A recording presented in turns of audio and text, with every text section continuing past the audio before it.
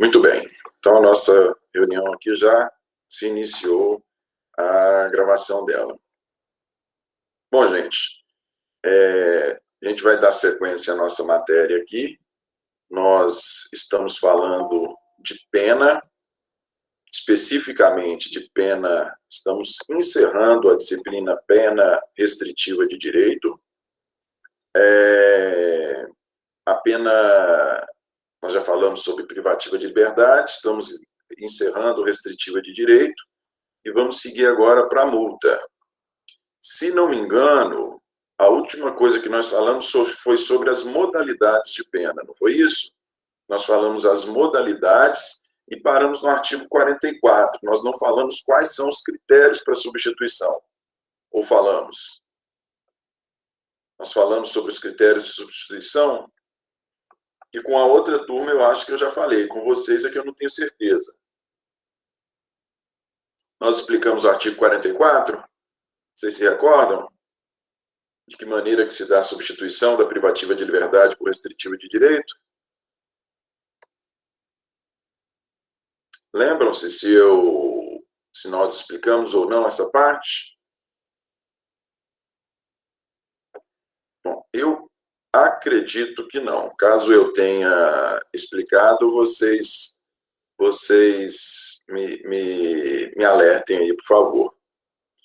Mas antes de mais nada, eu vou pedir a vocês que vocês possam fazer as perguntas, vocês pode abrir o áudio para fazer a pergunta, até mesmo porque eu ouvindo a pergunta fica mais fácil de eu compreender exatamente o que vocês querem. Tranquilo? A Gleide lhe falou aqui que ela tem uma dúvida acerca da aula anterior. Pode ficar à vontade, Gleide, pode ficar à vontade. É a respeito exatamente do quê?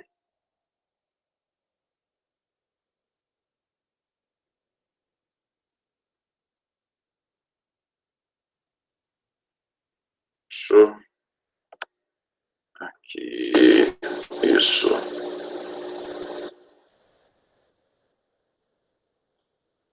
Quiser perguntar aí pelo áudio, pode ficar à vontade. Se quiser escrever também por mensagem, pode ficar à vontade. Eu já posso iniciar.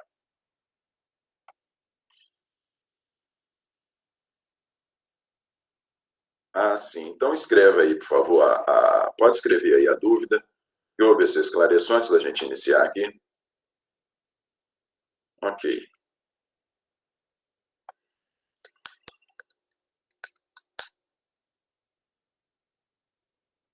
Só recordando, detração, nossa, mas nós estamos falando de pena restritiva de direito. Detração está lá atrás. Nós já tivemos. Não, nós paramos em limitação de final de semana, exatamente. Nós falamos de todas as modalidades de pena restritiva de direito.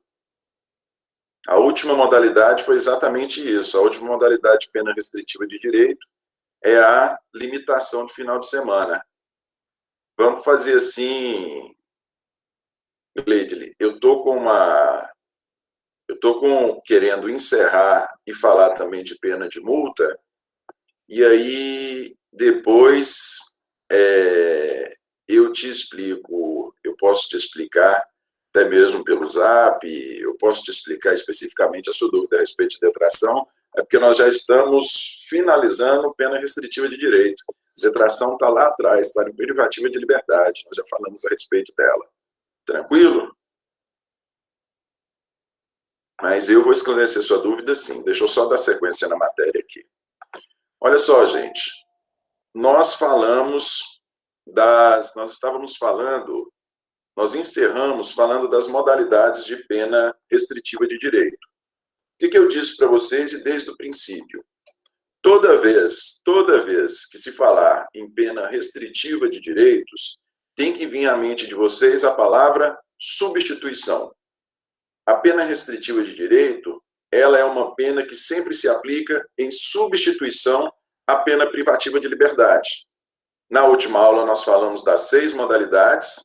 Nós temos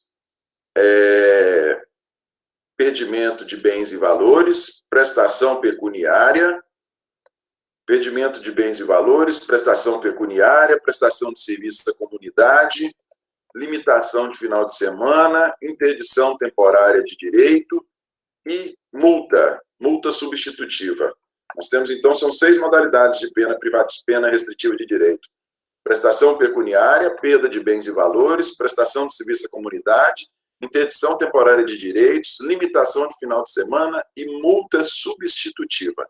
Multa substitutiva. A multa existe ela nas 2 modalidades. Existe ela como pena autônoma e existe a multa em substituição. O que eu falei a respeito da pena da aplicação? Eu disse para vocês que ela é sempre aplicada em substituição. Nós nunca vamos encontrar uma pena restritiva de direito presente no próprio tipo, presente lá no preceito secundário. Isso ocorre apenas em um delito. Eu sempre costumo brincar, somente no delito de uso de drogas. Só nele que tem aquela pena risível lá de advertência. O menino usou maconha, ele senta na frente do juiz, o juiz fala, ó, já falei com você, para você não fumar mais maconha. É o único tipo, é o único crime que no seu preceito secundário tem uma pena restritiva de direito, que é inclusive uma modalidade nova, que é essa advertência. No mais, todos os crimes, ele apresenta no seu preceito secundário. Mais uma vez, o tipo, nós temos preceito primário, é a conduta, né? Homicídio, preceito primário, matar alguém, preceito secundário, pena de 6 a 20 anos. Todos os crimes, ele apresentam nesse seu preceito secundário ou uma pena de multa ou uma pena privativa de liberdade. Nenhuma deles apresenta uma pena restritiva de direito. A pena restritiva de direito é sempre aplicada em substituição. Substituição a quê? Substituição a uma pena privativa de liberdade. Tranquilo? E onde é que está disciplinado? De que forma se dá essa substituição? Essa substituição ela está disciplinada exatamente no artigo 44, que foi onde nós paramos a aula da última vez. Vamos lá.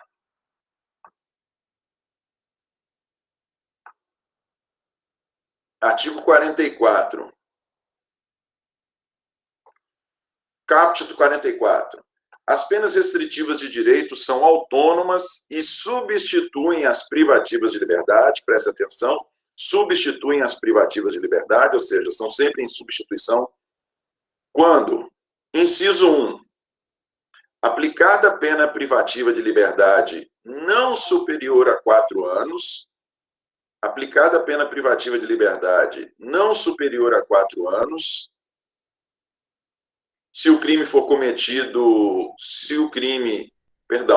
aplicada a pena privativa de liberdade não superior a 4 anos e o crime não for cometido com violência ou grave ameaça à pessoa, ou qualquer que seja a pena aplicada se o crime for culposo. Olha só, gente, esses requisitos previstos aqui nos incisos do 44, eles são requisitos cumulativos, ou seja, para a pessoa fazer jus à substituição da sua pena privativa de liberdade aplicada por uma restritiva de direito, ele tem que estar preenchidos todos esses 3 requisitos. Primeiro desses requisitos, aplicação de pena privativa de liberdade não superior a 4 anos. Ou seja, a pena não, se nós estivermos falando de um crime doloso, a pena a ser substituída não pode ser superior a 4 anos. Se a pessoa pegar 3 anos e 11 meses, se a pessoa pegar 4 anos, é possível fazer a substituição. Se a pessoa pegar 5 anos, tratando-se de um crime doloso, não é possível a substituição. Segunda parte do inciso 1.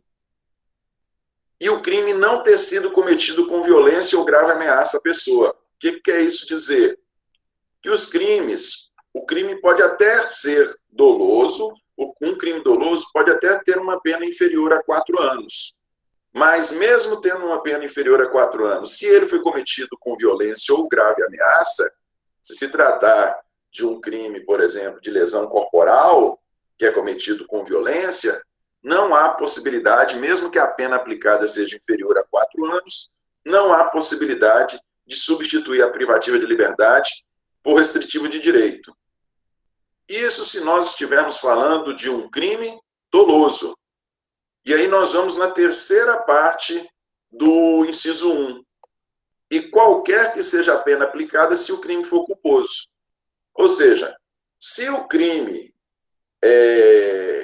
se o crime pelo qual a pessoa foi condenada, se ele foi condenado por um crime culposo, independentemente da pena aplicada, a pena pode ser de 4, de 5, de 6, de 7 anos, independentemente da pena aplicada, é possível fazer essa substituição da privativa de liberdade por restritiva de direito. Então, o inciso 1, nós podemos quebrá-lo em 3 partes. Primeiro, se o crime for doloso, a pena não pode ser superior a 4 anos. Segundo, independentemente da pena, tratando-se de crime doloso, não pode ser um crime cometido com violência ou grave ameaça à pessoa. E terceiro, se o crime for um crime culposo, a pena pode ser de qualquer tamanho, pode ser qualquer pena. A pena não está condicionada a este limite de 4 anos. Tranquilo? Olha só, seguindo, como eu disse, os critérios são cumulativos. Inciso 2. O réu não for reincidente em crime doloso. Vocês já viram... Não, vocês vão... O conceito de reincidente, a reincidência, né? Nós temos reincidência quando uma pessoa comete um crime após o trânsito em julgado de sentença anterior que o tenha condenado por outro crime. O que o inciso 2 diz? Ele diz, olha, a pessoa não pode ser reincidente em crime doloso para ter direito à pena, à substituição. Se a pessoa anteriormente tiver cometido um crime culposo e agora o crime por ela cometido for um crime doloso, ela tem direito? Tem direito. Se a pessoa anteriormente tiver cometido um crime doloso e agora cometer um crime culposo, ela tem direito? Tem direito. Se forem 2 culposos, ela tem direito? Tem direito. O que não pode? A reincidência em crime doloso. Ela não pode ter anteriormente cometido um doloso e agora cometer doloso. Ela não pode ser reincidente em crime doloso. É o segundo requisito. E mais uma vez, quando se fala reincidência, o conceito técnico de reincidência não é a pessoa ter sido acusada pelo cometimento de outro crime, não. Nós precisamos de uma sentença penal transitada em julgado, condenando ela por um crime anterior doloso, e novamente ela cometer um outro crime doloso. Se ela tiver cometido 2 dolosos, se ela for reincidente em crime doloso, ela não tem direito à substituição. Esse é o segundo requisito, é o requisito do inciso 2. E requisito do inciso 3, quando a culpabilidade, os antecedentes, a conduta social e a personalidade do condenado, bem como os motivos e circunstâncias, indicarem que a substituição seja suficiente. Olha só, gente, a pena restritiva de direito, ela é sempre aplicada em substituição, não é isso? Nós sabemos, quando a gente começou a estudar a pena, que a gente estudou quais os propósitos da pena, nós dissemos que aqui no Brasil a pena ela tem um duplo propósito. Ela visa prevenir e reprimir. Ela visa prevenir o cometimento de futuros crimes e visa reprimir o crime anteriormente cometido. Pois bem, o inciso 3, ele fala de requisitos de ordem subjetivas. Subjetiva, olha só, culpabilidade, antecedentes, conduta social, personalidade do condenado, motivos e circunstâncias. São todos requisitos de ordem subjetiva. E o inciso ele fecha falando que quando todos esses requisitos de ordem subjetiva, quando eles indicarem que a substituição não seja suficiente, ou seja, não seja suficiente para quê? para prevenir e reprimir o crime. Se em razão dessas circunstâncias se entender que a pena substitutiva, que ela não vai gerar esse efeito de prevenção e repressão para aquele condenado, então o juiz não substitui. Correto? Nós temos, então, o primeiro requisito do inciso 1, no que diz respeito à quantidade da pena. Nós temos o segundo requisito do inciso 2, a pessoa não pode ser incidente em crime doloso. E o inciso 3, ele traz requisitos de ordem subjetiva. Tudo tranquilo até aí? Eu peço a vocês que, para aqueles que quiserem, ao longo aqui da condução da aula, quem quiser interromper, para que a gente esclareça qualquer dúvida no decorrer, para não precisar voltar lá atrás na aula, pode ficar à vontade, viu? Ainda no artigo 44, acerca da aplicação da pena substitutiva. Artigo 44, parágrafo 2º, parágrafo 1º, acho que foi vetado. Deixa eu confirmar aqui, para saber se não foi um erro de digitação.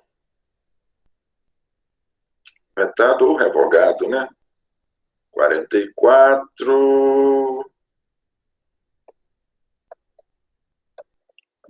parágrafo 1º foi vetado, sim. Parágrafo 2º, vamos lá. Na condenação igual ou inferior a 1 ano, a substituição pode ser feita por multa ou pena restritiva de direito. Se superior a 1 ano, a pena privativa de liberdade pode ser substituída por uma pena restritiva de direito e multa, ou 2 restritivas de direito. Olha só, gente, se nós estivermos falando de crime doloso, necessariamente, ele não pode ter sido cometido com violência ou grave ameaça à pessoa, e, além disso, a pena não pode ser superior a 4 anos. O que o parágrafo 2º está nos dizendo? Ele está nos dizendo, se a pena substituída, se ao final do processo a pessoa foi condenada e a pena substituída, a pena pela qual ele foi condenada, é inferior a 1 ano, se ele pegou na condenação 8 meses, por exemplo, esta pena, se ele tiver direito à substituição, essa pena privativa de liberdade pode ser substituída por uma pena de multa ou uma outra restritiva de direito.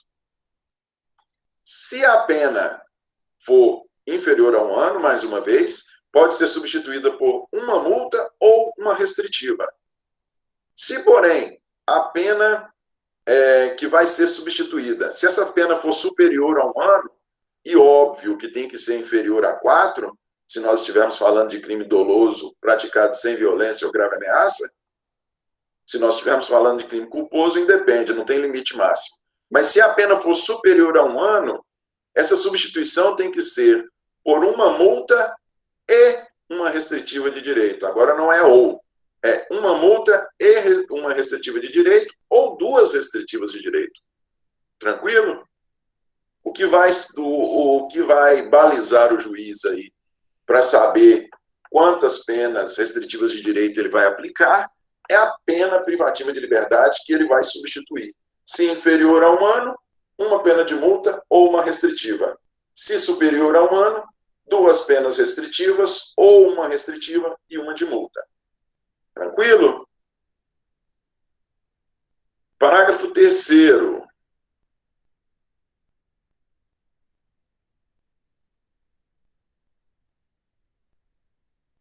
Falasse sobre a pena, sobre a fiança. Ela entra na pena de multa? Não, Patrícia, não. A fiança, na verdade, ela é uma garantia. A fiança ela é uma garantia que a pessoa dá, né? Fiança vem de confiança. É uma garantia que a pessoa dá para o Estado, por meio do pagamento de um valor, de que ela vai acompanhar todos os atos do processo. Fiança é uma garantia que a pessoa dá, que ela vai acompanhar todos os atos do processo. Tanto é que ela paga a fiança no curso do processo. A pena, a pena de multa não. A pena de multa ela se dá no final do processo, quando a pessoa é condenada.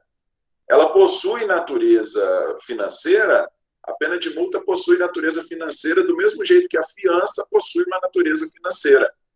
Do mesmo jeito que a pena de perdimento de bens e valores possui uma natureza financeira, que é uma pena substitutiva. Do mesmo jeito que a pena de prestação pecuniária, que também é pena substitutiva, possui natureza financeira. Mas todas essas são penas. Umas em substituição, que são as restritivas de direito, e outra pena autônoma, que é a pena de multa. Mas a fiança não. A fiança ela é uma garantia que a pessoa dá, a pessoa é presa, e aí ela paga uma fiança, ela dá essa garantia de que ela vai acompanhar todos os atos do processo. Fiança não é pena. Fiança não é pena. Fiança é uma garantia de que a pessoa vai acompanhar os atos. Possui também natureza monetária, natureza financeira, porém não é pena. Tranquilo? Seguindo. Parágrafo 3º. Se o condenado for reincidente, o juiz poderá aplicar a substituição, desde que, em face da condenação anterior, a medida seja socialmente recomendável e a reincidência não tenha se operado em virtude da prática do mesmo crime. Mais uma vez, se o condenado for reincidente, o juiz poderá aplicar a substituição, desde que, em face da condenação anterior, a medida seja socialmente recomendável e a reincidência não se tenha operado em virtude da prática do mesmo crime. Olha lá, gente. Nós vimos que, nos incisos do 44, que o segundo inciso diz que a pessoa, para ter direito à substituição, ela não pode ser reincidente em crime doloso. Essa é a regra. Ela não pode ser reincidente em crime doloso. O que o parágrafo 3º nos diz, ele abre a possibilidade de uma exceção a essa regra do inciso 2. Olha lá, ele abre a possibilidade de que, mesmo a pessoa sendo reincidente, o juiz lhe conceda a substituição. Vocês podem ver que o parágrafo 3º fala assim, o juiz poderá, não é uma obrigação do juiz, o juiz poderá conceder a substituição, mesmo sendo a pessoa reincidente em crime doloso, porém, se em face da condenação anterior, o que quer dizer isso?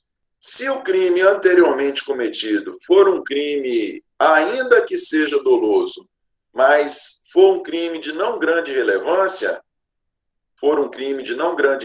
não for uma conduta muito reprovável, foi uma conduta dolosa? Foi uma conduta dolosa. Porém, se essa conduta não foi uma conduta tão reprovável, nós sabemos que nós temos aí uma enxurrada, uma infinidade de crimes que, na verdade, a gente hoje é fácil cometer um crime, de tanto crime que existe. Então, se a conduta anterior, por mais que tenha sido dolosa, se ela não foi uma conduta, se não foi um crime tão reprovável, dentro dos inúmeros crimes aí que nós temos, o juiz, mesmo sendo a pessoa reincidente, anteriormente cometeu um doloso, e agora o juiz está sentenciando, ele está sentenciando num processo em que ele também cometeu um doloso. Por mais que não preencha o requisito do inciso 2, o parágrafo 3º ele abre a possibilidade do juiz fazer essa substituição, desde que a pessoa não seja reincidente na prática do mesmo crime.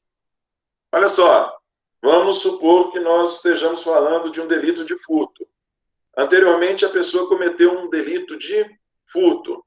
Não foi um furto de um valor irrisório, porque se fosse valor irrisório, cairia lá no crime de bagatela, pelo princípio da insignificância, ela não responderia pelo crime. Mas ela cometeu um crime de furto de um valor pequeno. Não foi um furto de um valor considerável. Não chega a constituir insignificância, mas também não foi um valor elevado. Pois bem, a conduta anterior é reprovável? É reprovável. Só que, como eu estou dizendo, o bem jurídico atingido não foi tão atingido assim, porque o montante era pequeno. Só que se neste novo processo em que a pessoa está respondendo, e que poderá haver a substituição. Se ela novamente cometer outro furto, se tratar de dois furtos, ou seja, se a reincidência for em virtude da prática do mesmo crime, se tratarem de dois furtos, ainda que o furto anterior tenha sido de pequena monta, neste caso o juiz não pode substituir. Tranquilo? O parágrafo 3º, mais uma vez, ele abre a possibilidade da substituição se o crime anterior não foi de grande relevância, porém, se o crime anterior, mesmo não sendo de grande relevância, se ele é o mesmo crime que a pessoa está cometeu neste novo processo aqui, se tratar de furto e furto, por mais que o anterior tenha sido de pequena relevância, o juiz não pode conceder a substituição. Se tratasse de um estelionato e um furto, um estelionato de pequena relevância e agora um furto, aí sim o juiz poderia conceder a substituição, desde que a medida seja socialmente recomendável. O que quer isso dizer, socialmente recomendável? Desde que tudo esteja a indicar que a pena substitutiva vai ser suficiente para reprimir e prevenir o crime. Então, nós vamos ver se para aquela pessoa, mesmo sendo ela reincidente, se para aquela pessoa a pena substitutiva vai surtir esse efeito, vai atingir os propósitos da pena, os propósitos que a pena tem aqui no direito penal brasileiro. Tranquilo? Podemos seguir? Vamos lá.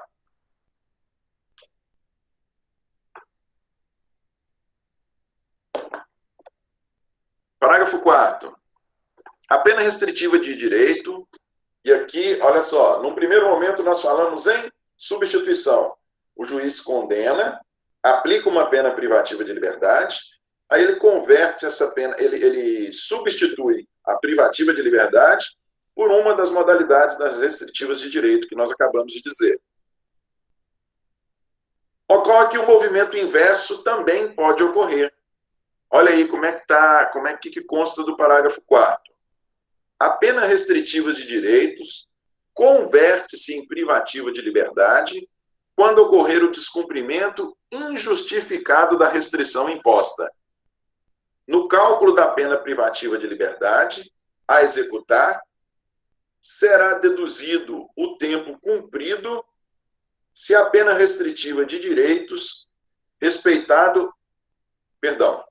a pena restritiva de direitos converte-se em privativa de liberdade quando ocorrer o descumprimento injustificado da restrição imposta.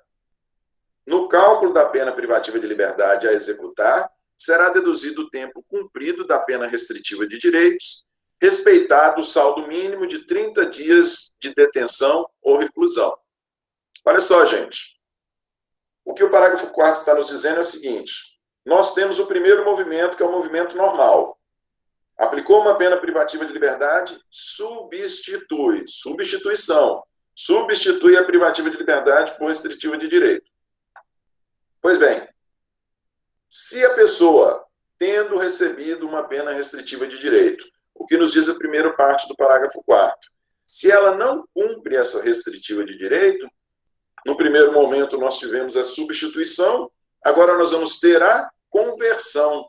A pena restritiva de direito é convertida em privativa de liberdade. Ela retorna, ela volta a ser uma pena privativa de liberdade. E como é que nós vamos saber quanto de privativa de liberdade resta cumprir? Olha só, as penas privativas, as penas restritivas de direito, como, por exemplo, limitação de final de semana, prestação de serviço à comunidade, interdição temporária de direitos, elas duram o mesmo tempo da pena privativa de liberdade substituída. Tem apenas uma observação com relação à prestação de serviço à comunidade, mas isso nós vamos falar lá na frente. Via de regra, essas penas, elas duram o mesmo período da privativa de liberdade. Se foi uma pena privativa de liberdade de 2 anos substituída, ela vai ser substituída por 2 anos de limitação de final de semana. Tranquilo? Ou por 2 anos de interdição temporária de direito. Pois bem, olha só. Se a pessoa, o que nos diz o parágrafo 4º? Se a pessoa vem a descumprir injustificadamente essa pena, a restritiva de direito, essa restritiva de direito ela é convertida, ela volta a ser privativa de liberdade. E do tempo da pena privativa de liberdade a ser cumprido a partir de então, porque ela já cumpriu um período, ela pegou 2 anos, suponhamos que ela pegou 2 anos de prestação de serviço à comunidade, e aí ela cumpriu 1 ano só. Quando cumprido 1 ano, ela parou de cumprir a pena de prestação de serviço à comunidade. O que o parágrafo 4º nos fala? Ele fala, agora nós vamos ter a conversão. O restante, o 1 ano, vai voltar a ser privativa de liberdade. Então, ele cumpriu 1 ano de prestação de serviço à comunidade, interrompeu injustificadamente a prestação, vai ter que cumprir pena privativa de liberdade de 1 ano. Afinal, lá atrás, ele pegou 2 anos de privativa. Tranquilo? E aí o parágrafo 4º encerra falando, respeitado o saldo mínimo de 30 dias de detenção ou reclusão. O que quer isso dizer? Vamos ainda permanecer no exemplo de 2 anos.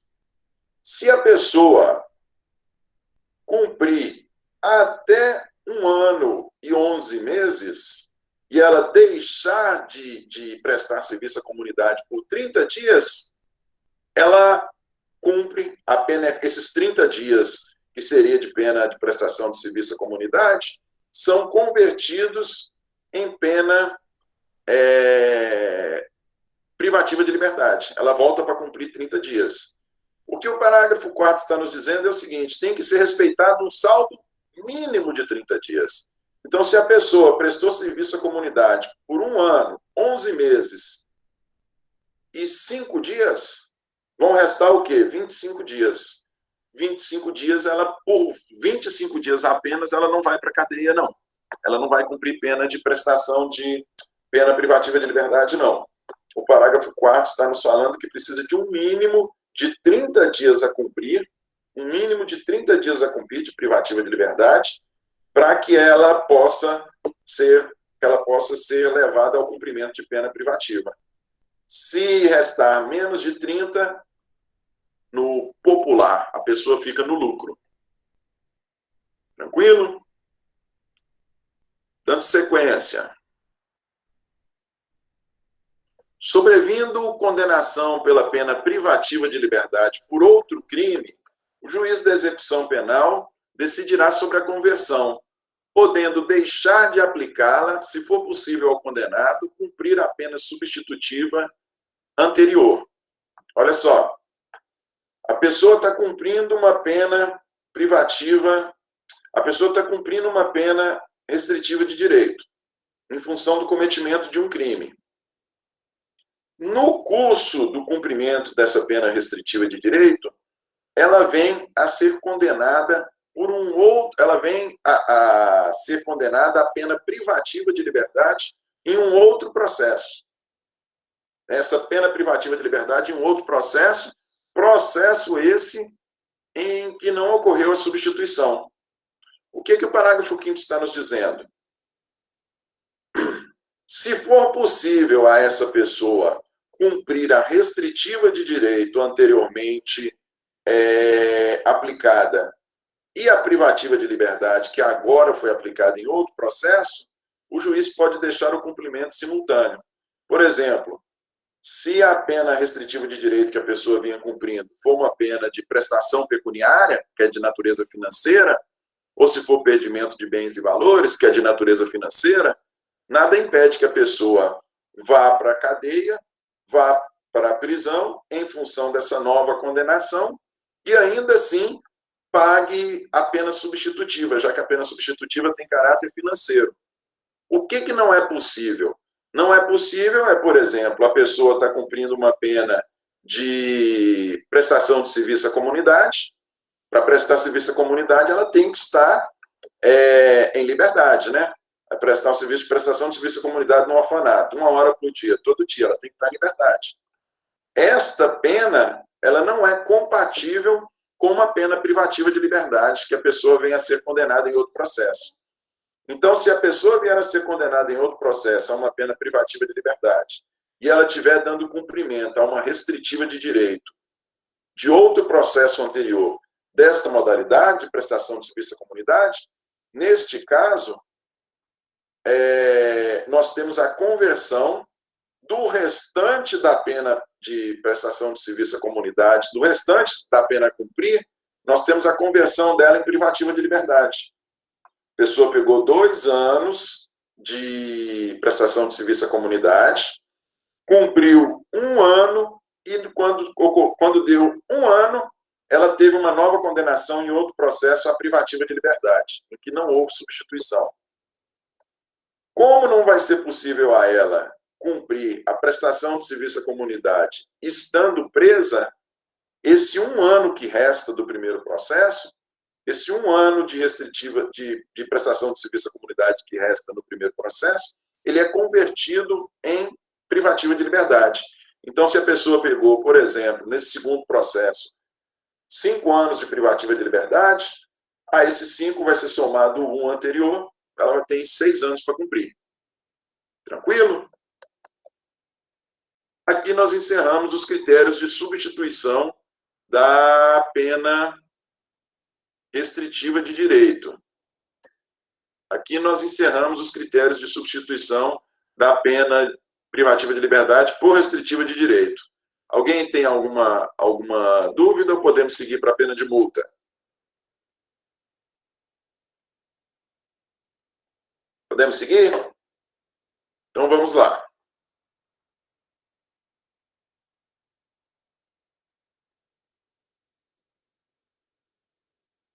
Pena de multa.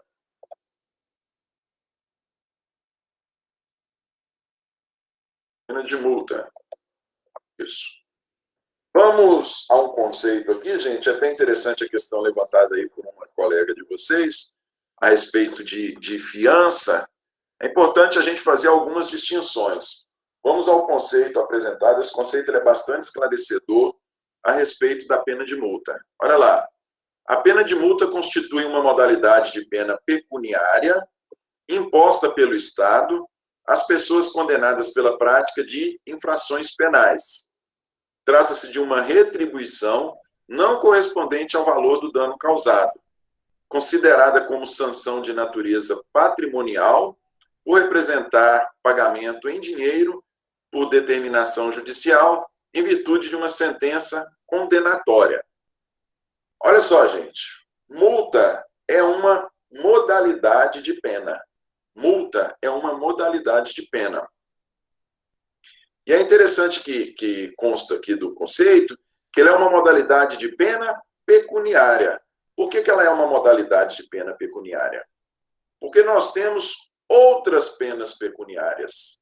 No primeiro momento, naquela primeira divisão inicial que nós fizemos, quando começamos a estudar a pena, nós temos aqueles 3 modelos de pena, né, as 3 categorias, privativa de liberdade, restritiva de direito e multa, são penas autônomas.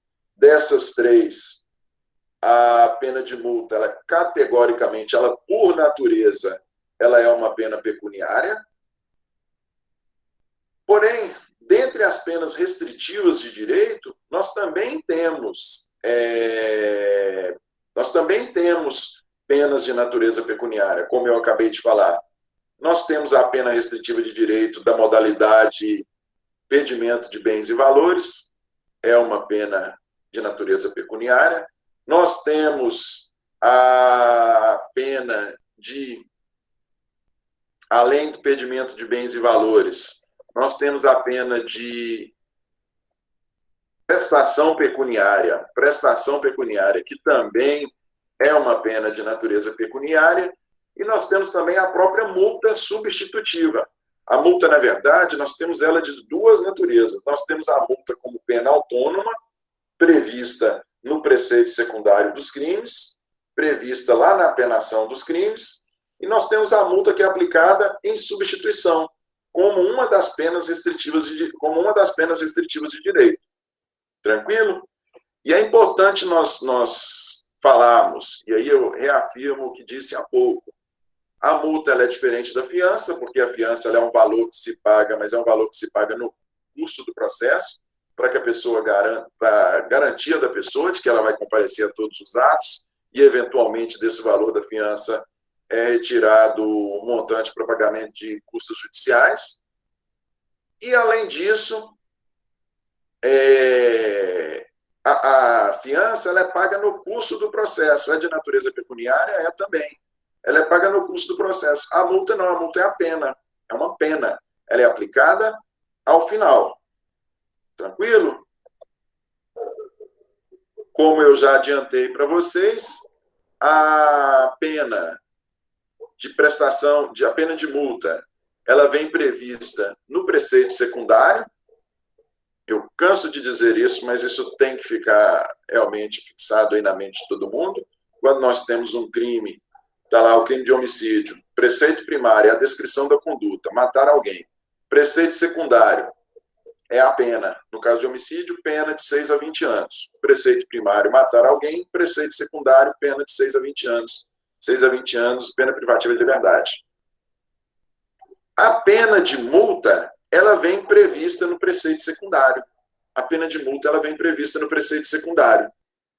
Nós dissemos há pouco que a restritiva de direito, não. A restritiva de direito era sempre aplicada em substituição. A pena de multa, não. A pena de multa ela vem prevista na segunda parte do tipo, do preceito secundário. E essa previsão, ela pode ser tanto de maneira alternativa, nossa gente, o tempo está voando, tanto de maneira alternativa quanto de maneira cumulativa. Tanto de maneira alternativa quanto de maneira cumulativa. E aí eu trago aqui uns exemplos para vocês dos crimes contra a honra. Quer ver? Vamos lá para vocês verem como é que a multa pode vir tanto de maneira cumulativa quanto de maneira alternativa. Vamos lá nos crimes contra a honra. 139, 138, 39, 40.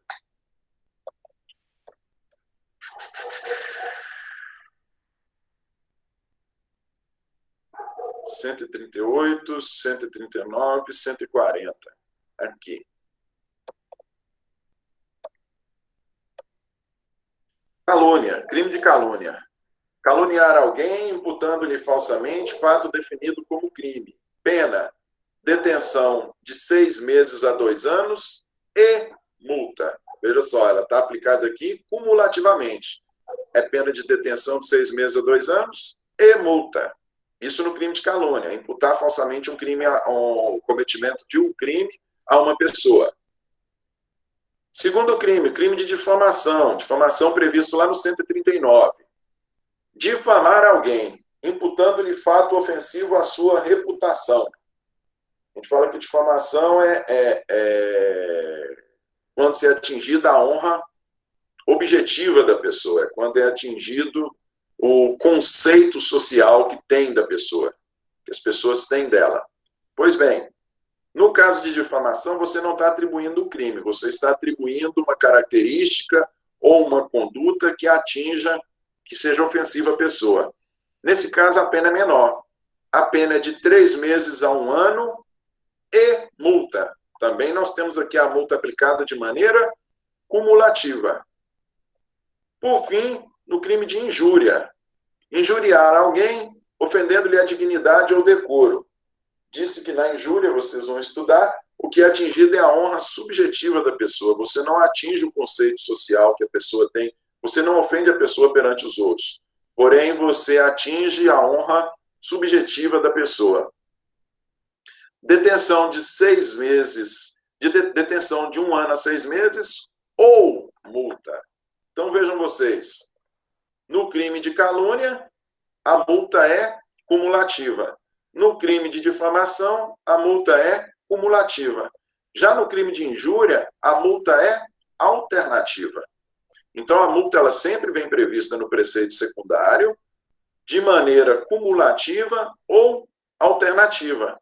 Sempre prevista no preceito secundário, de maneira alternativa ou cumulativa. Como é que se dá a aplicação da pena de multa? Olha lá, que nós temos que fazer cálculo. Artigo 49 do Código Penal. Vamos lá.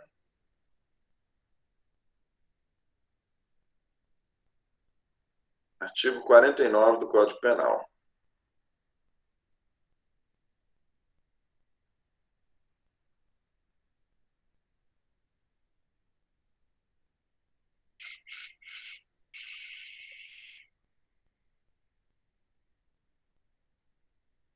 Vamos lá. A pena de multa consiste... A pena de multa consiste no pagamento ao fundo penitenciário de quantia fixada na sentença e calculada em dias multa. Será de no mínimo 10 e no máximo 360 dias multa. A pena de multa consiste no pagamento ao fundo penitenciário. Oi? A multa, ela varia entre concurso de pessoas? Se ela varia em razão do concurso de Em razão do pessoas? concurso? Se, por exemplo, o autor e o instrumento? Sim. Ela varia por quê? Porque, na verdade, a pena, se nós estivéssemos falando de uma pena privativa de liberdade, nós teríamos a variação, teríamos. A depender da participação, se a pessoa fosse coautor, se a pessoa fosse partícipe, se a pessoa fosse o autor material, o autor intelectual. A depender da participação, da natureza da participação da pessoa, a pena dela privativa de liberdade seria maior ou menor. Da mesmíssima forma, é no caso do estabelecimento da quantidade dos dias multa. O estabelecimento da quantidade dos dias multas. Obedece à mesma regra. Voltando lá. Se tiver qualquer dúvida, pode perguntar. Artigo 49.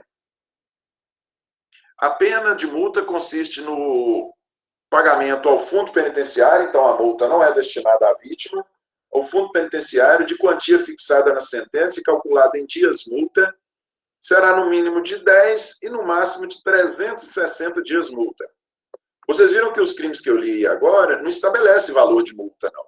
Simplesmente fala e multa, ou multa. Antigamente, antes da reforma do Código Penal, acontecida em 84, se estabelecia a quantidade, vinha o valor da multa. Só que naquela época mesmo a gente vivia uma inflação galopante, rapidamente a multa não significava nada. Hoje, nós não temos a previsão do valor da multa. No tipo, vem simplesmente estabelecido e multa ou multa. A forma de se calcular a multa está aqui no 49. Então, é um mínimo de 10 e um máximo de 360. Parágrafo 1º. O valor do dia multa será fixado pelo juiz, não podendo ser inferior a 1/30 do salário mínimo mensal vigente ao tempo do fato, nem superior a 5 vezes esse salário. Parágrafo 2º, o valor da multa será atualizado quanto da execução pelos índices de correção monetária. Olha só, gente. São dois momentos distintos. Nós estamos estudando agora pena de multa, depois nós vamos estudar aplicação de pena, cominação de pena, e depois nós vamos estudar aplicação de pena. O que acontece? Olha só. Para o cálculo da pena a ser aplicada a uma pessoa, é um cálculo matemático. É um cálculo trifásico. Vocês vão ver direitinho. Vocês precisam só saber hoje que é um cálculo matemático. Primeiro são consideradas as circunstâncias judiciais, depois são consideradas agravantes e atenuantes, e depois são consideradas causas de aumento e diminuição. São esses 3 fatores que norteiam um juiz para estabelecer a quantidade da pena entre o mínimo e o máximo previsto em lei. Falando de pena de multa, qual é o mínimo e o máximo? O mínimo é 10 dias multa, o máximo é 360 dias multa. Neste primeiro momento, para o juiz decidir se vai dar 10, 50, 200 ou 360 dias multa na pessoa, ele vai considerar esses 3 fatores. Nós vamos falar pormenorizadamente deles na próxima aula. Vai considerar circunstâncias judiciais, agravantes e atenuantes, caso de aumento e diminuição. Estabelecida a quantidade de dias, suponhamos que tenha sido 100 dias multa, que o juiz chegou, no entender dele a pessoa merece uma pena de multa de 100 dias multa, aí o juiz vai passar para a segunda fase do cálculo da pena de multa, que é saber qual o valor de cada dia multa. Qual o valor de cada dia multa? Como é que ele se norteia para saber qual o valor de cada dia multa deste? O parágrafo 1º fala que cada dia multa tem que valer, pode variar entre 1/30 do salário mínimo, né? Para ficar uma conta fácil aqui para nós. Suponhamos que o nosso salário mínimo fosse R$900. 1/30 de R$900, ou seja, R$30. O dia multa pode variar de R$30 até 5 vezes esse salário, até R$4.500. Se fosse R$900, 5 vezes 900, 4.500. Então, o dia multa poderia variar de R$30 a R$4.500. O que vai fazer com que o juiz chegue, em que o juiz vai se pautar para chegar ao valor de dia multa? Ele vai se pautar em razão da condição financeira do réu.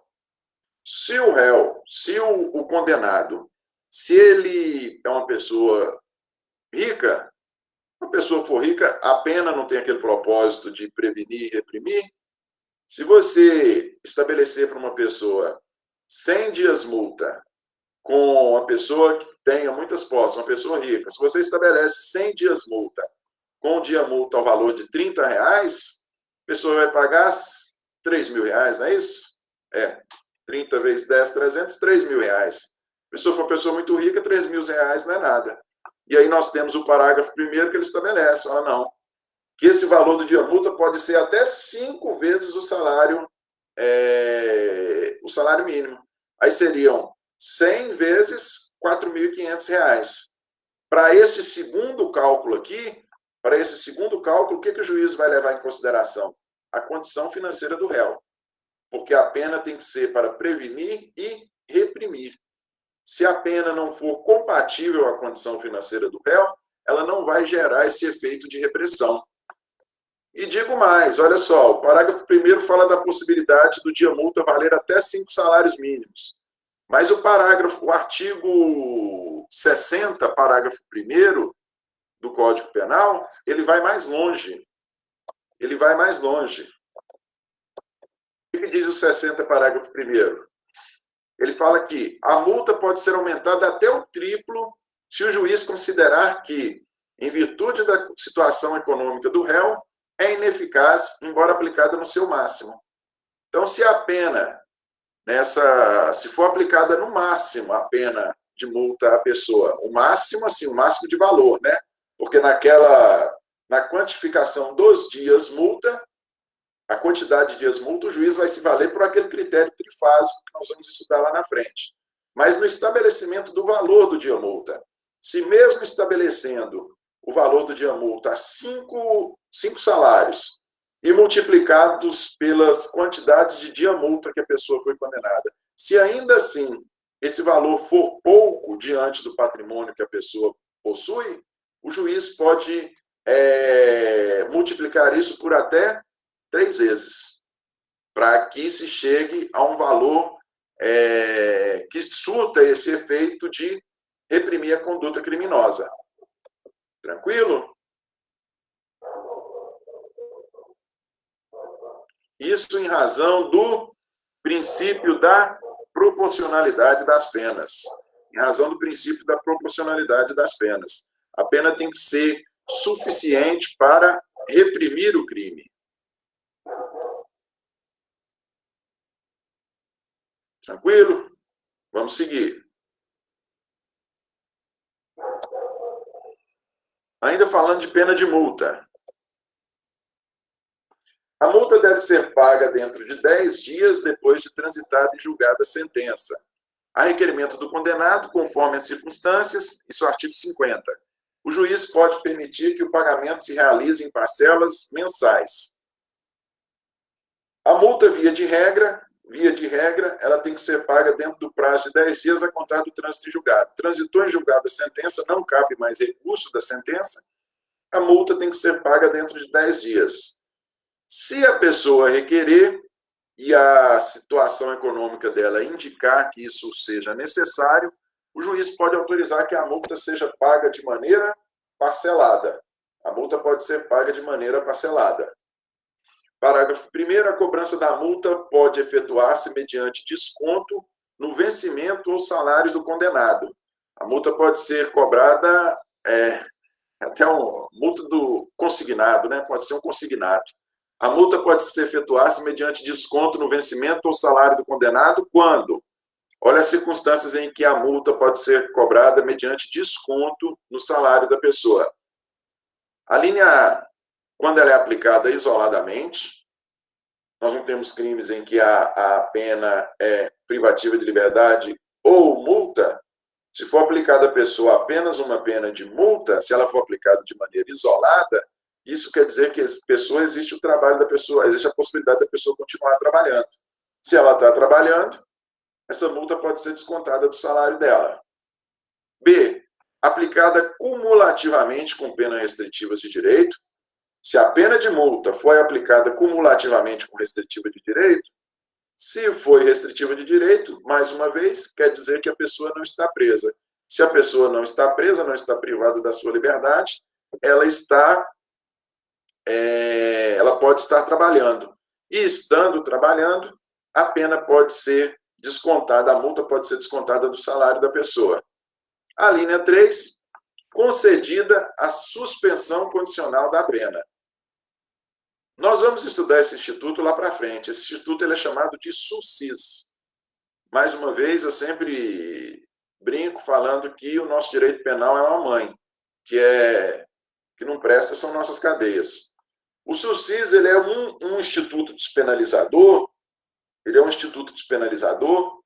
em que nós temos a condenação, a pessoa ela é condenada a uma pena privativa de liberdade, não foi possível fazer a substituição por restritiva de direito, mas ainda assim a pena é suspensa. O cumprimento da pena privativa de liberdade ela é suspensa mediante condições.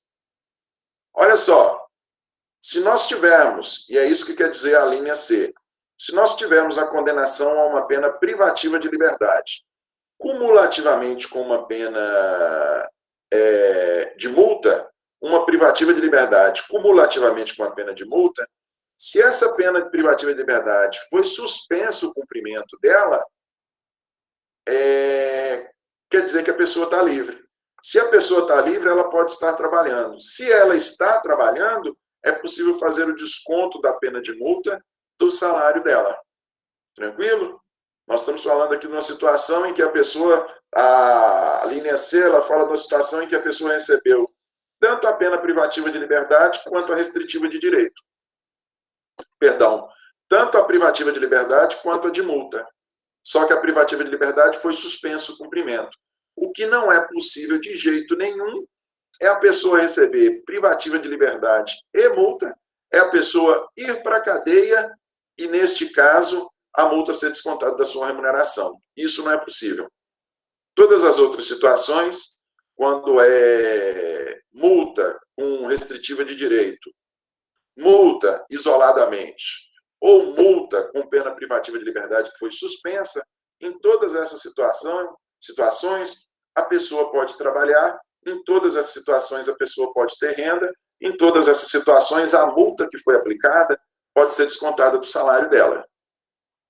Parágrafo 2º, o desconto não deve incidir sobre os recursos indispensáveis ao sustento do condenado e da sua família. Se a pena, a multa, se o desconto da multa na remuneração da pessoa, se atingir, né, o indispensável, o mínimo para o sustento do condenado e da sua família, neste caso nós não podemos ter o desconto da pena de multa. A pessoa continua devendo, né, aquela devo, não nego, pago quando puder, a pessoa continua devendo, só que não pode descontar no salário dela se o salário dela for suficiente tão somente para o seu sustento e o sustento da sua família. Tranquilo? Vamos lá. Olha só. Competência para execução da multa. que é a execução da multa? A execução da multa é a cobrança da multa. Pois bem, gente, olha, anteriormente, a multa, nós tínhamos aí uma discussão muito grande. Para o STJ, nós tínhamos a súmula 521, entendia que a legitimidade para a execução fiscal, ou seja, para cobrar a multa ela é considerada dívida de valor. Se a pessoa não pagar a multa, ela não vai para a cadeia, não. Se a pessoa não pagar a multa, ela é cobrada judicialmente. A legitimidade para a execução fiscal da multa pendente de pagamento imposta em sentença condenatória é da Procuradoria da Fazenda Nacional. Nós tínhamos essa súmula do STJ. O que quer isso dizer? Olha só, a multa não é uma dívida de valor. Se a pessoa não pagar, ela vai ser cobrada na justiça, ela vai ser executada. Anteriormente, se entendia que quem faz essa cobrança é a Procuradoria da Fazenda Nacional, que é um órgão do Executivo, e que essa cobrança se faz na vara de execução fiscal. Tranquilo? Esse era o entendimento. Quem faz a cobrança é a Procuradoria da Fazenda e a cobrança era feita na vara de execução penal. A cobrança dessa forma tinha alguns inconvenientes. E quais são esses inconvenientes? Olha só, o primeiro desses inconvenientes. Nós sabemos que nós temos um dos princípios, que é o princípio da intranscendência das penas. A pena ela não pode passar da pessoa do condenado, não é? Se uma pessoa foi condenada a 10 anos de prisão, com 2 anos ela morre, o filho dela não tem que cumprir os 8 anos restantes, não. A pena não passa da pessoa do condenado. Isso vale tanto para a pena privativa de liberdade, quanto para a pena restritiva de direito, quanto para a pena de multa. A pena de multa não pode passar da pessoa do condenado. Quando a cobrança era feita pela Procuradoria da Fazenda Nacional na vara de execuções, essa situação não era respeitada, porque a pena era considerada uma dívida como outra qualquer. E a dívida, qual é a regra? As dívidas em geral, qual é a regra? A regra é que a dívida acompanha o patrimônio.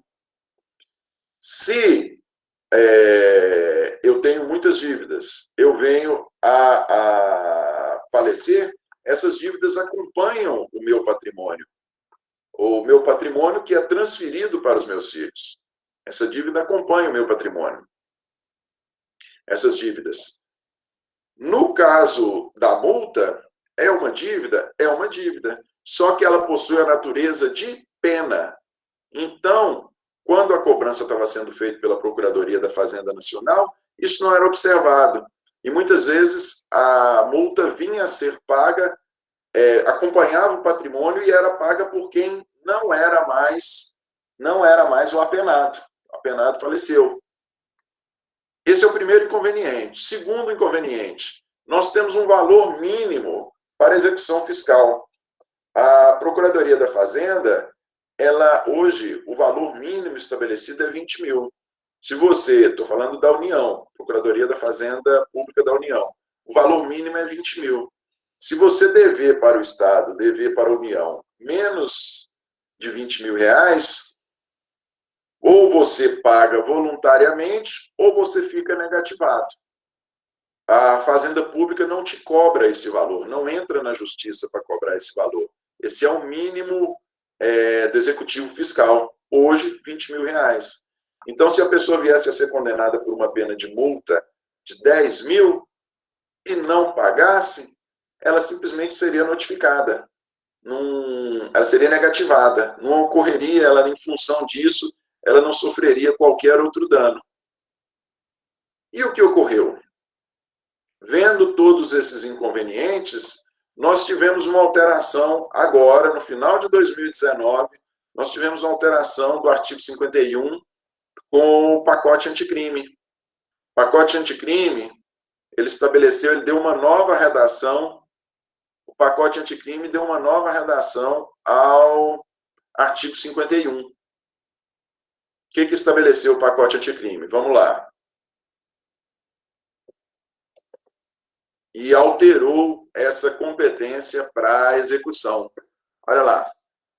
Transitada em julgada a sentença condenatória, A multa será executada perante o juiz da execução penal e será considerada dívida de valor, aplicáveis às normas relativas à dívida ativa da Fazenda Pública, inclusive no que concerne às causas interruptivas e suspensivas da prescrição. Olha só, em razão do pacote anticrime, nós tivemos alteração nesse 51 e a partir de então, a partir da alteração da lei, essa cobrança ela não se faz mais na vara de execução fiscal. Hoje, a cobrança das multas não pagas, mais uma vez, se você não pagar uma pena de multa, o que ocorre é a execução, essa pena não é convertida em privativa de liberdade. Essa cobrança ela é feita na vara de execução penal e ela é feita pelo promotor de justiça, não mais pela Procuradoria da Fazenda Nacional. Quem faz a cobrança é o Ministério Público e faz na vara de execução penal. Dessa forma, todos aqueles inconvenientes apontados, eles são superados, porque na vara de execução não há limitação. Na vara de execução não há limitação do executivo fiscal. Nós não temos, esse é meu menino entrando aqui, nós não temos um mínimo do executivo fiscal, né? Nós não temos um valor mínimo do executivo fiscal e, independente do valor da multa, o Ministério Público cobra nessa vara de execução e também nós temos a circunstância de que é observado a intranscendência das penas. Se, eventualmente, o condenado venha a falecer, nós não teremos a execução da pena, a pena não será cobrada, a dívida não será cobrada. Na vara de execução, nós temos esse respeito ao princípio da intranscendência das penas. A Gleidiele está perguntando aqui se a multa não for paga, se ela poderá ser convertida em privativa de liberdade. Não. A multa ela não é convertida em privativa de liberdade. Se a multa não for paga, ela é executada, como uma dívida de valor qualquer. Quando a pessoa nos deve, o que nós fazemos se ela não nos paga? Nós a executamos na justiça civil, não é? Aqui a multa ela é executada também, ela é cobrada. Só que ela é cobrada na vara, hoje, depois do pacote anticrimes, ela é cobrada na vara de execução penal. Cobrada pelo Ministério Público na vara de execução penal. Tranquilo? Vamos lá.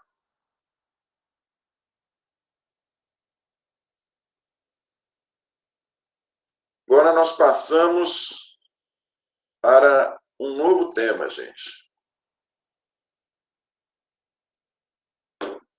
Nós passamos para... Alguma dúvida aí a respeito de pena de multa? Algum questionamento? Pedro, eu não entendi o que acontece se a pessoa não pagar a multa?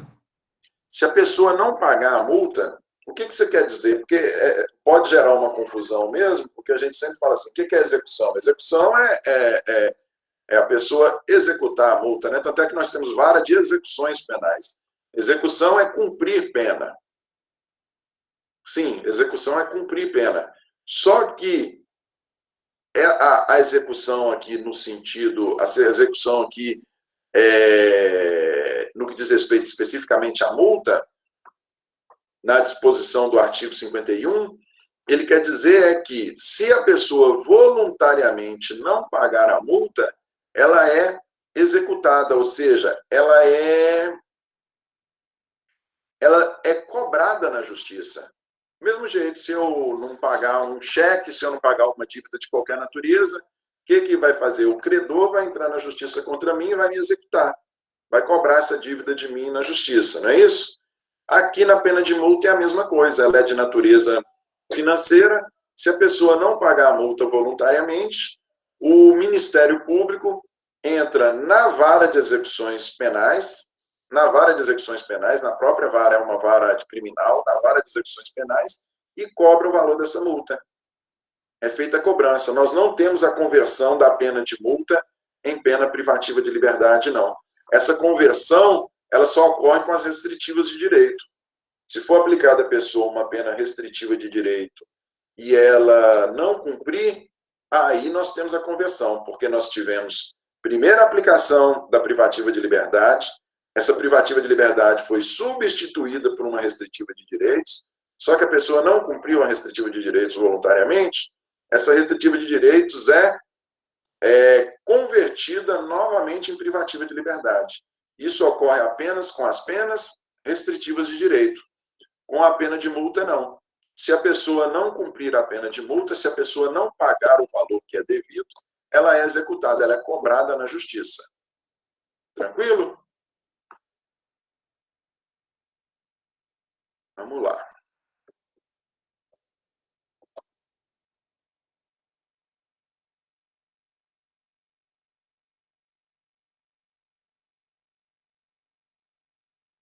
Cominação das penas, gente. Vou falar aqui de cominação das penas.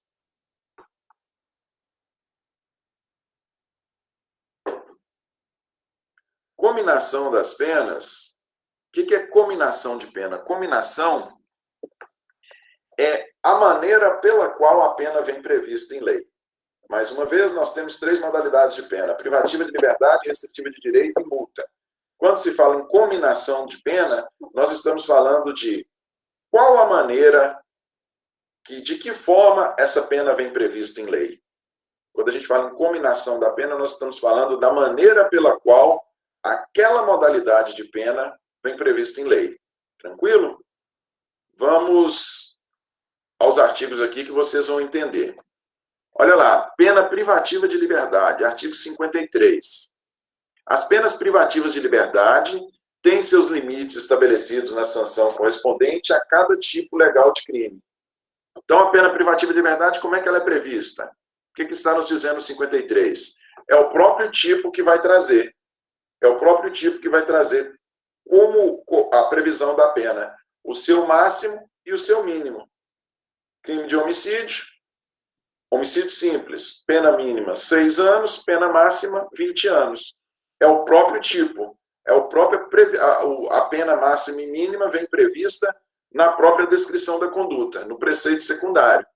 É isso que o artigo 53 está nos dizendo. Já as penas restritivas de direito, como é que elas são previstas em lei? As penas restritivas de direito é diferente. Penas restritivas de direito é diferente. Olha lá. As penas restritivas de direito são aplicáveis, independentemente de cominação na parte especial, em substituição à pena privativa de liberdade, fixada em quantidade inferior a 1 ano nos crimes ou nos crimes culposos. Olha só, gente. O artigo 54, ele, apesar dele vir previsto, ele ainda está formalmente em vigor. Eu estou dando aqui a aula para vocês, acompanhando no site do Planalto. Apesar dele estar formalmente em vigor, ele foi tacitamente revogado.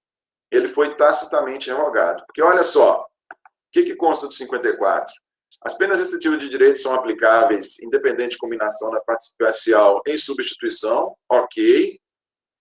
A pena privativa de liberdade fixada em quantidade inferior a 1 ano. Antes, só poderia ser substituída a pena privativa de liberdade a pena privativa de liberdade inferior a 1 ano. Nós acabamos, quando nós falamos aqui da substituição, quando nós falamos aqui do 44, e eu coloquei o 44 aí na sequência para vocês confirmarem, com a alteração do 44, a substituição não é quando a pena é inferior a 1 ano, como consta do 54. É quando a pena é igual ou inferior a 4 anos. Olha lá o 44. As penas restritivas de direito são autônomas e substituem as privativas de liberdade. Ótimo, eu sempre já disse para vocês várias vezes. Elas nunca vêm previstas no tipo, elas são sempre aplicadas em substituição à pena privativa de liberdade. Inciso 1. Quando aplicada a pena privativa de liberdade não superior a 4 anos e o crime for cometido com violência, e o crime não for cometido com violência ou grave ameaça à pessoa, ou qualquer que seja a pena aplicada, se o crime for culposo. Eu trouxe o 44 aqui só para demonstrar para vocês que o artigo 54 ele foi tacitamente revogado. Ele foi tacitamente revogado, porque ele faz referência à substituição à pena em quantidade inferior a apenas 1 ano. E nós sabemos que não é 1 ano. A pena pode ser substituída se ela for igual ou inferior a 4 anos nos crimes dolosos. Tranquilo? Então, como é que se dá a cominação da pena restritiva de direito? Sempre aplicada em substituição. Privativa de liberdade está prevista no próprio tipo, entre o máximo e o mínimo. Vamos lá. Ainda falando de pena restritiva de direitos, artigo 55. As penas restritivas de direito referidas nos incisos 3, 4, 5 e 6 do artigo 43 terão a mesma duração da pena privativa de liberdade substituída, ressalvado o disposto no parágrafo 4º do artigo 46. Olha só, gente. Vamos lá. Quais são as penas restritivas? São as previstas nos 3, 4, 5 e 6. 3, 4, 5 e 6 do artigo 43. O 43 ele traz as modalidades de pena restritiva de direito. 43. Ele, inclusive, tem uma impropriedade. Vocês vão ver aqui comigo. Do mesmo jeito que o 44, do mesmo jeito que o 54 foi tacitamente revogado, nós temos uma impropriedade aqui no 43. Vamos de novo. Artigo 55. As penas privativas restritivas de direito referidas nos incisos 3, 4, 5 e 6 do 43. Vamos lá. Inciso 3, limitação de final de semana. Inciso 4, prestação de serviço à comunidade. Inciso 5, interdição temporária de direitos. E inciso 6, limitação de final de semana. Olha só para vocês verem. Como eu estou falando para vocês, isso aqui é site do Planalto, ele é atualizado diariamente. Nós tivemos um erro aqui na edição da lei, porque nós temos limitação de final de semana 2 vezes. Nós temos o inciso 3, que é a limitação de final de semana, e o inciso 6, que também é a limitação de final de semana. Então, vocês ignorem aqui o inciso 6. Essas 3 modalidades de pena, vamos falar delas, né, categoricamente falando, essas 3 modalidades, limitação de final de semana, prestação de serviço à comunidade e interdição temporária de direitos, o que nos diz o artigo 55? Fala que elas terão a mesma duração da pena privativa de liberdade substituída. Se a pena privativa de liberdade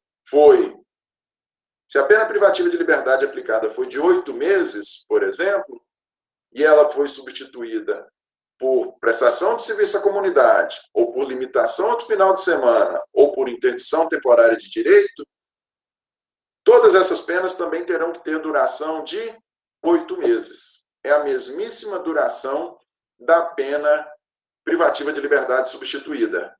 É isso que nos diz a primeira parte do artigo 55. Só há uma ressalva. Qual é a ressalva? A ressalva está prevista lá no parágrafo 4º do artigo 46. Vamos ao parágrafo 4º aqui do artigo 46, que é a única ressalva a essa regra de que a pena restritiva de direito tem que ter a mesma duração da pena privativa de liberdade substituída. Parágrafo 4º do 46. O 46 ele trata da prestação de serviço à comunidade. O que diz o parágrafo 4º? Se a pena substituída for superior a 1 ano, é facultado ao condenado cumprir a pena substitutiva em tempo menor, nunca inferior à metade da pena privativa de liberdade fixada. Olha só. De novo, vou ler de novo. Se a pena substituída for inferior a se a pena substituída for superior a 1 ano, é facultado ao condenado cumprir a substitutiva em menor tempo, nunca inferior à metade da pena privativa de liberdade fixada. Olha lá. Qual é a regra, então, do 55? O cumprimento da pena restritiva de direito tem que durar se estivermos falando de prestação de serviço à comunidade, interdição temporária de direito e limitação de final de semana, se estivermos falando dessas três modalidades de restritiva de direito, ela tem que ter a mesma duração da pena privativa de liberdade substituída. Essa é a regra. Mais uma vez, no exemplo dado, se forem 8 meses, é 8 meses. Se for 8 meses de privativa de liberdade, é durante 8 meses que tem que ser cumprido qualquer dessas penas restritivas de direito. A única exceção é essa que consta aí do parágrafo 4º. Como é que é essa exceção? Se a pena privativa de liberdade for superior a 1 ano, é autorizado ao condenado cumprir a pena em menor tempo, porém, em tempo nunca inferior à metade da pena privativa de liberdade substituída. Suponhamos que a pessoa tenha sido condenada a 2 anos de pena privativa de liberdade. Essa pena privativa de liberdade foi substituída por prestação de serviço à comunidade. A pessoa precisa ficar trabalhando os 2 anos? Não. O que o parágrafo 4º diz pode ser cumprida em menos tempo. Nós sabemos que para cada dia de condenação é 1 hora de trabalho, 1 hora de prestação de serviço à comunidade. Ela pode ser cumprida em menos tempo, porém nunca pode ser em tempo inferior à metade da pena privativa de liberdade aplicada. Se foi aplicada uma pena privativa de liberdade de 2 anos, pode ser cumprida em menor tempo? Pode, mas não pode ser inferior a 1 ano. Não pode ser inferior à metade da pena privativa de liberdade substituída. Não pode ser inferior a 1 ano. Suponhamos que o apenado fosse uma pessoa que não trabalhasse, que não estudasse, que tivesse muito tempo à disposição. Não, eu posso cumprir 4 horas de pena por dia. E aí ele diminuiria esses 2 anos, iriam virar 6 meses. É possível isso? Não, não é possível. Não é possível porque o parágrafo 4º fala que não pode ser inferior à metade da pena privativa de liberdade substituída. Tranquilo? Agora vejam só, essa exceção só vale para a pena de prestação de serviço à comunidade. Se a pena for limitação do final de semana, ou se a pena for interdição temporária de direito, necessariamente essas penas terão que durar o mesmo período da pena privativa de liberdade substituída. Tranquilo? Entendeu aí direitinho?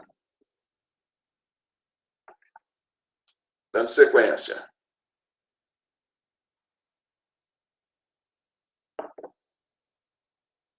Aqui. Não. Aqui. Sim. Ainda falando de restritiva de direito.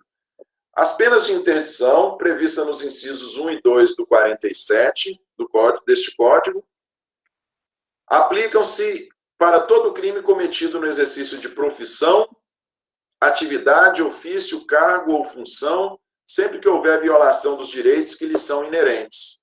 Essas penas restritivas de direito indicadas aqui, no inciso 1 e 2, são penas de interdição temporária de direitos. Olha só, nós temos a pena restritiva de direito. Uma das modalidades de restritiva de direito é a interdição temporária de direitos. E dentro da interdição temporária de direito, nós temos algumas modalidades. Estão lá no artigo 47. Artigo 47, nós temos lá 5 modalidades de interdição temporária de direito. O que o artigo 56 está nos dizendo? Ele está nos dizendo, nas modalidades de interdição temporária de direito dos incisos 1 e 2, elas são direcionadas para crimes cometidos no exercício de profissão, atividade ou ofício. Fica facinho da gente entender se a gente for lá e olhar quais são essas penas. Olha para vocês verem. Interdição temporária de direito, as penas de interdição temporária de direito são, inciso 1, proibição de exercício de cargo, função ou atividade pública, bem como mandato eletivo. Tranquilo, né? Se um servidor público comete algum crime funcional, e a ele é aplicada uma pena restritiva de direito, na modalidade interdição temporária de direito, essa é a pena ideal. É isso que está nos dizendo o artigo 56. Inciso 2. Proibição de exercício de profissão, atividade ou ofício que dependam de habilitação especial, de licença ou autorização do poder público. Se nós estivermos falando aí de um advogado, de um médico, um engenheiro, que cometeu um crime no exercício da profissão e venha a ser condenado e é aplicada a ele uma pena, e essa pena da condenação dele pode ser substituída por uma restritiva de direito, a pena ideal para ele é esta do inciso 47, inciso 2, porque por ter sido cometido no exercício da função. É essa indicação que o artigo 56 está nos dando, especificamente no que diz respeito a estas modalidades de pena restritiva de direito. Seguindo, gente. Ainda falando de penas restritivas de direito, artigo 57. A pena de interdição, prevista no inciso 3 do 47, aplica-se aos crimes culposos de trânsito. Aí não tem dúvida nenhuma, né? O inciso 3, ele fala de suspensão de autorização ou habilitação para dirigir veículo. Suspensão de autorização ou habilitação para dirigir veículo. Se o crime foi cometido, o crime culposo cometido no trânsito, a ele se aplica essa modalidade de pena restritiva de direito, interdição temporária, essa pena de interdição temporária de direito, que é a suspensão da habilitação ou da autorização para dirigir veículo. Aí, você poderia falar assim, mas aplica-se aos crimes culposos de trânsito, por que os dolosos não? Não se aplica aos crimes dolosos praticados no trânsito, porque os crimes dolosos são crimes cometidos com violência à pessoa.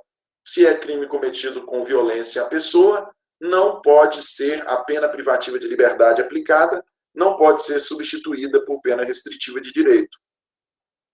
Tranquilo? Não preenche um daqueles requisitos lá do artigo, o primeiro inciso do artigo 44.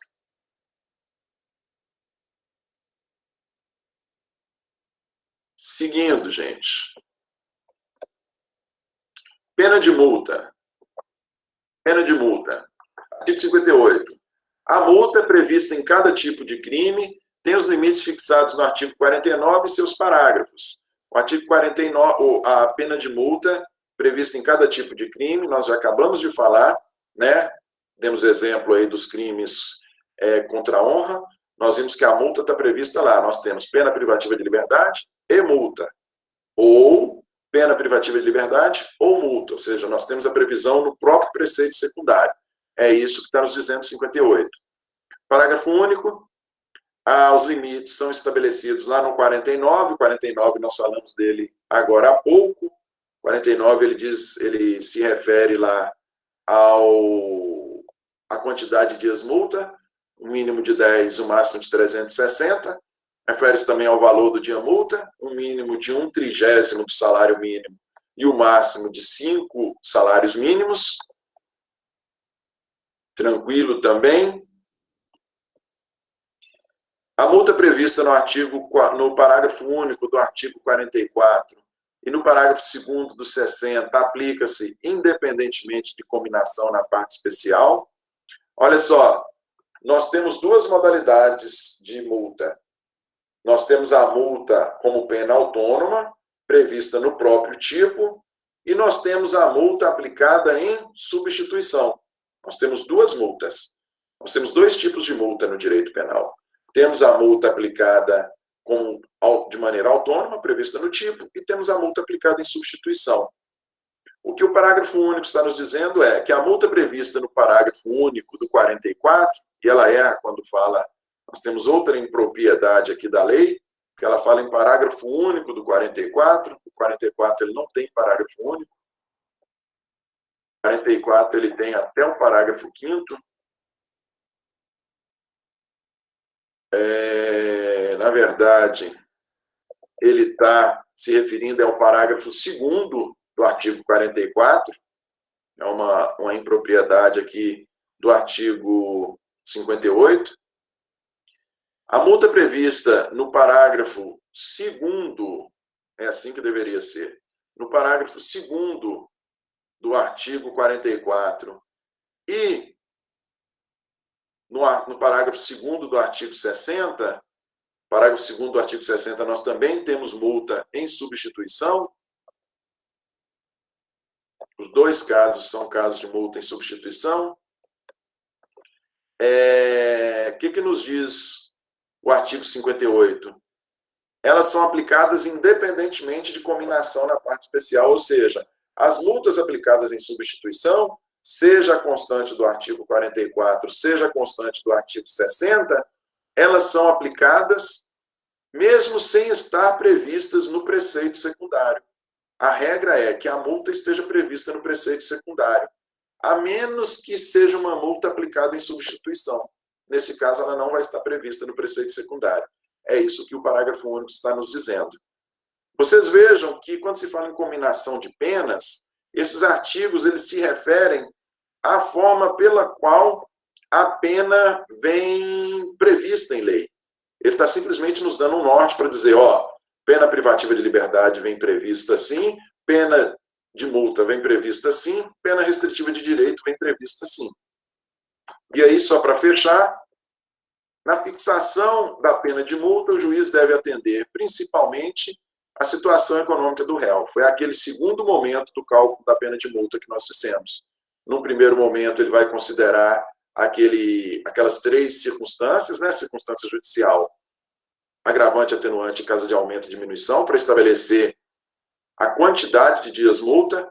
No segundo cálculo, para estabelecer o valor do dia multa, é que ele vai observar aí o parágrafo, o caput do artigo 60 e vai olhar a condição financeira do réu, para estabelecer qual o valor da multa. E parágrafo 2º, parágrafo 1º do artigo 60, ele foi... o parágrafo 1º ele se refere a outra circunstância. No parágrafo 2º, a pena privativa de liberdade aplicada, não superior a 6 meses, pode ser substituída por multa, observados os critérios dos incisos 2 e 3 do artigo 44. O que está nos dizendo? Nós estamos falando de multa substitutiva,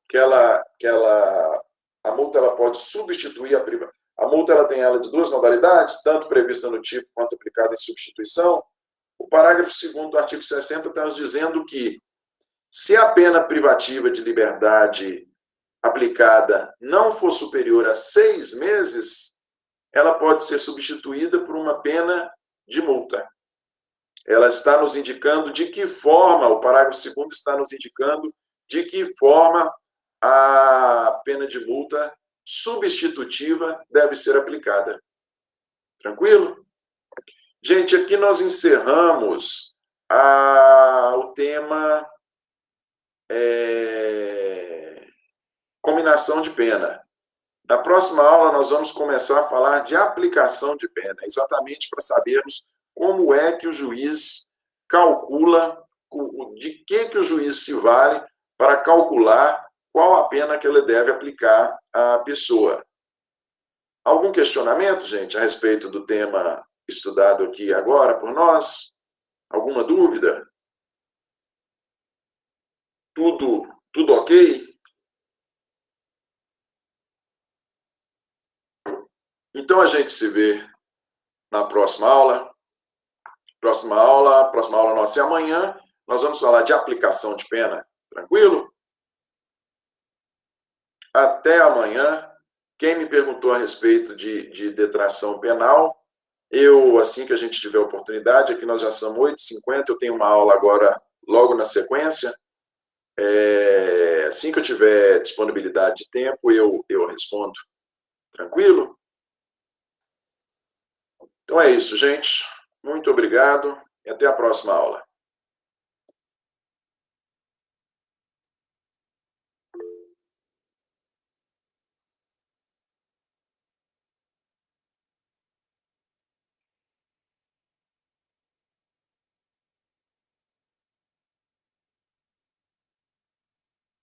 Eu que agradeço.